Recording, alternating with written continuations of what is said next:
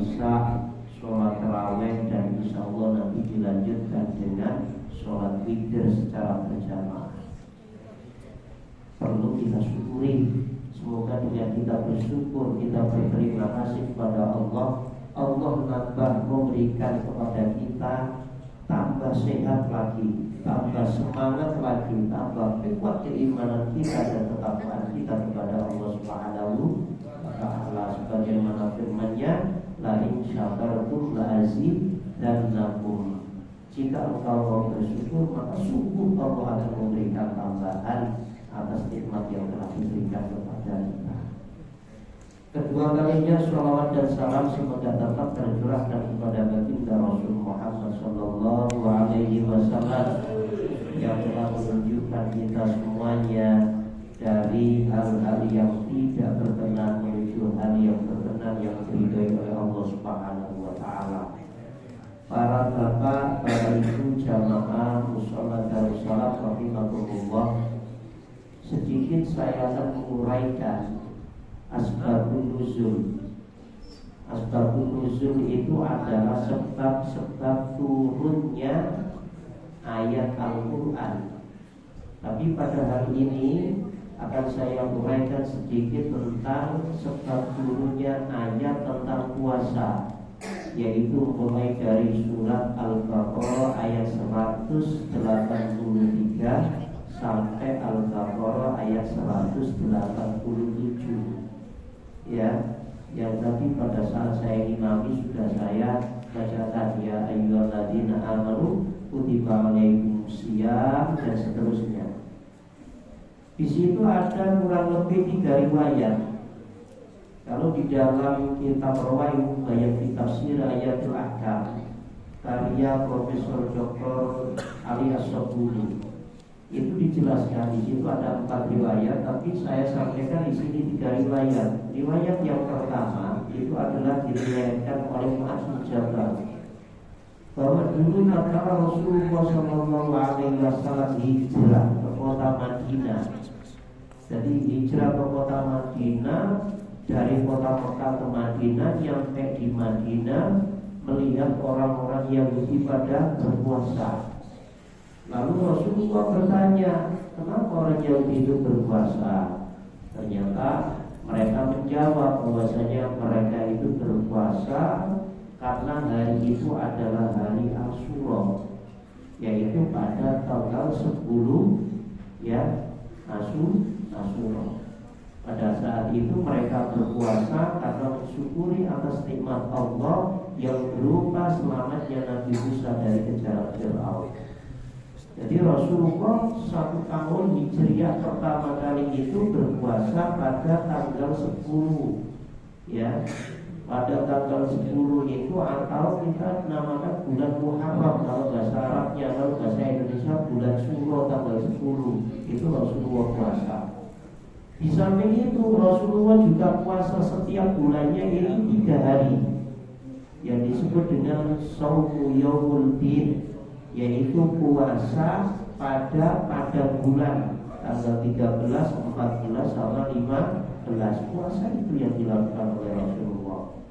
Setelah itu pada tahun keduanya turunlah perintah puasa, ya ayyuhalladzina amanu kutiba alaikumusyiyamu kama kutiba alal ladzina min qablikum la'allakum tattaqun ayyaman ma'dudat.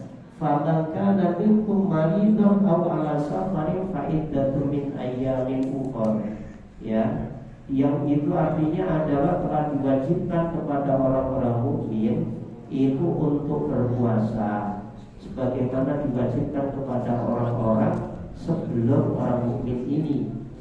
Setelah itu bagi orang yang sakit atau bepergian, maka baginya ini boleh tidak berpuasa, tapi harus mengqadha di hari-hari di luar Ramadan.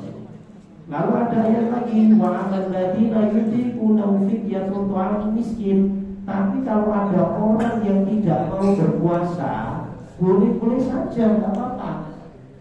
Jadi pada saat ayat itu turun pertama kali itu memang diwajibkan kepada orang ini untuk berpuasa, tapi yang nggak mau puasa nggak apa-apa, nggak dipaksa. asalkan dia mau ganti dengan fidyah. Itu ya, asalkan dia mau ganti dengan fidyah.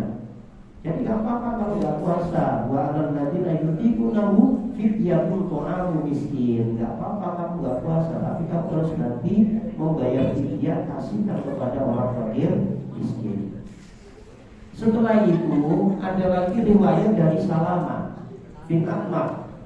Salamah bin Ahmad itu menyampaikan bahwasanya memang dulu pada saat ayat itu turun, orang-orang itu, orang mukmin itu bebas untuk berpuasa. Mereka puasa boleh, nggak puasa nggak apa-apa, tapi asalkan mereka membayar fidyah. Tapi ternyata setelah itu turun lagi ayat yang ke-184 yang menyatakan faman syahida minkumus syahra falyasum. Barang siapa yang melihat bulan, maksudnya adalah melihat bulan Ramadan itu, falyasum, maka semuanya harus puasa.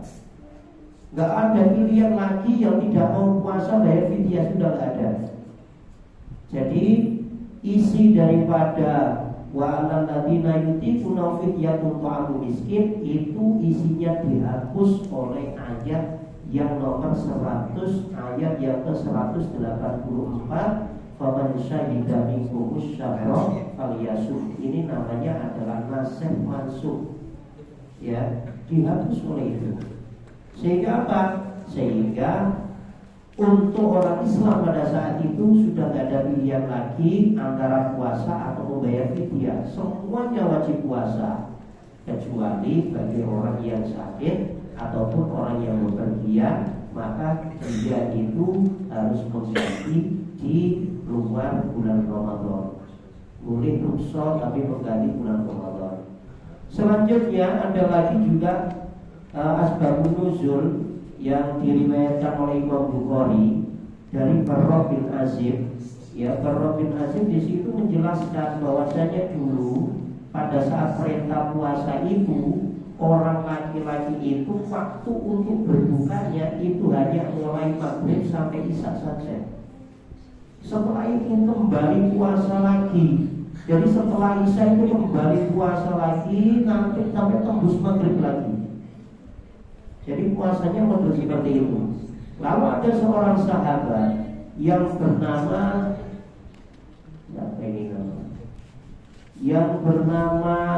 banyak Sarma, ya, yang bernama Sarma, Uqbah bin Sarma. Dan Uqbah bin Sarma ini dia itu bekerja di kebun kurma. Kerja di kebun kurma, setelah kerja di kebun kurma kecapean pulang menemui istrinya, wahai istriku, ada makanan untuk aku makan. Lalu istrinya bilang gak ada.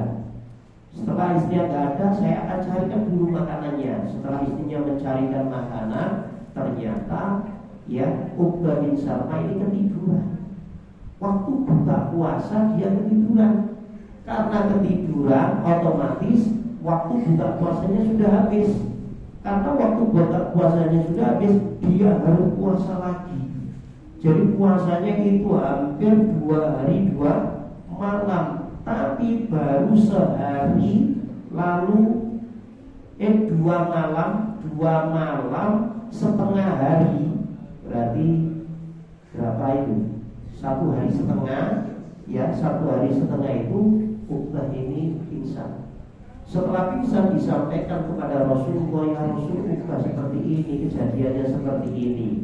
Lalu turunlah ayat ukilat lakum, ya, ukilat lakum lailatas siyami rafasun ila nisaikum hunna libasun lakum wa antum libasun lahum. Dihalalkan bagi kalian semuanya untuk berkumpul dengan istri-istri kalian pada malam-malam Ramadan. Itu gak apa-apa kamu kumpul sama istri kamu, ya, ya. Gak apa-apa kamu kumpul sama istri kamu. Sampai kapan? Ya, sampai nanti kamu itu melihat benang merah, melihat waktu maghrib sampai nanti munculnya fajar shortik. Itu gak apa-apa. Berarti dari situ puasa dimulainya adalah mulai dari waktu subuh sampai waktu maghrib. Baru para sahabat senang semuanya dengan turunnya ayat tersebut. Karena apa?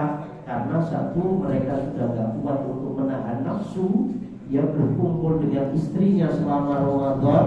Yang kedua, waktu puasa itu tidak selama yang dulu, yaitu waktu puasa hanya mulai dari terbit fajar sampai terbenamnya matahari. Itu adalah asbabun nuzul dari surat Al-Baqarah ayat 183 sampai 187. Semoga asbabun nuzul ini menjadi pengantar bagi kita untuk memahami kembali isi daripada ayat Al-Quran tersebut sebagai tambahan pelajaran bagi kita. Cukup sekian apa yang bisa saya sampaikan, kurang lebihnya mohon maaf yang sebesar-besarnya. Assalamualaikum warahmatullahi wabarakatuh.